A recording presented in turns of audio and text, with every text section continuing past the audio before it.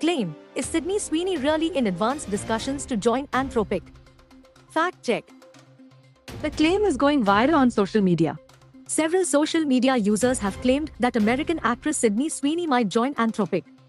Verified ex-user Lit Capital shared such a post with the caption, "Justin, Sydney Sweeney is in advanced discussions to join Anthropic as a strategic advisor," per WSJ. The post gained more than 641,000 views and can be seen here. Other users have shared similar claims that can be seen here and here. Fact check. Truth: the claim is false.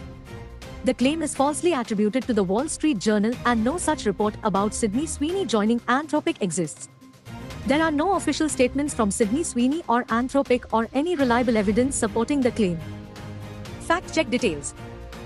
Digit-i India decided to investigate this claim and found it to be false. The claim has been wrongly linked to the Wall Street Journal, and no such report was published by the outlet. Moreover, the company expects comparable sales to increase by low single-digit percentages in the third and fourth quarters, resulting in the metric finishing the year about flat. View a section from the report here. Kalpathy is one of the few researchers who can bridge the gap between LLM theory and large-scale training practice as per the report. View a section from the report here.